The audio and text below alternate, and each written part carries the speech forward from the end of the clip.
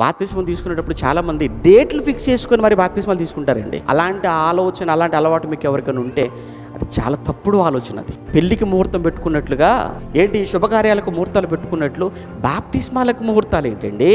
నువ్వు ఎప్పుడైతే వాక్యం విన్న వాక్యాన్ని బట్టి నువ్వు ఎప్పుడే పాపి అన్న సంగతి నీకు అర్థమైపోయిందో, ఆ పాపానికి క్షమాపణ యేసుక్రీస్తు రక్తం ద్వారా నేను సంగతి నీకు అర్థమైపోయిందో, ఏ మాత్రం ఆలస్యం చేయకుండా నేను నా పాపాలు కడిగి వేసుకోవాలి, నా ఈ జీవితానికి నాకు ఇవ్వాలి అన్న ఆలోచన నీ మనసులో పుట్టిన తోడనే నువ్వు చేయవలసిన, జరిగించవలసిన గొప్పదైన కార్యక్రమం బాప్తిస్మం. అందుకే ఆ నపుంసకుడు ప్రయాణంలో మధ్యలో ఆపి పిలుపుతో బాప్తిస్మం తీసుకున్నాడు. చెరసాల అధిపతి తన కుటుంబం రాత్రికి రాత్రి తెల్లవారుజామునే పౌలు శీలను బయటికి తీసుకుని వెళ్ళిపోయి వారి ద్వారా బాప్తిస్మం తీసేసుకున్నారు. మనవేంటి క్రిస్మస్కు తీసుకుంటావు అంటున్నావు, నువ్వేంటి జనవరి 1కి తీసుకుంటా అంటున్నావు, నా పుట్టినరోజుకు తీసుకుంటానండి. ఆ రోజు ఈ రోజు 2 రోజులు ఒకే రోజు అయిపోతాయి. ఇంకో విషయం తెలియదు, చావు రోజు కూడా ఆ రోజు అవ్వచ్చేమో. ఎక్కడవండి ఇవన్నీ ఆలోచనలు? బైబిల్ చెప్పింది కాదు ఇది వాక్యానుసారమైంది కాదు. అది దేవుడు నీ దగ్గరికి వస్తాడు, నీ దగ్గరికి పరిగెత్తుకొని వస్తాడు. అయితే దేవుడు నీ దగ్గరికి రావాలి అంటే, నీ దగ్గరికి పరిగెత్తుకొని రావాలి అని అంటే నీలోకి రావాల్సింది ఏంటో తెలుసా? మారు మనసు, రిపెంటెన్స్.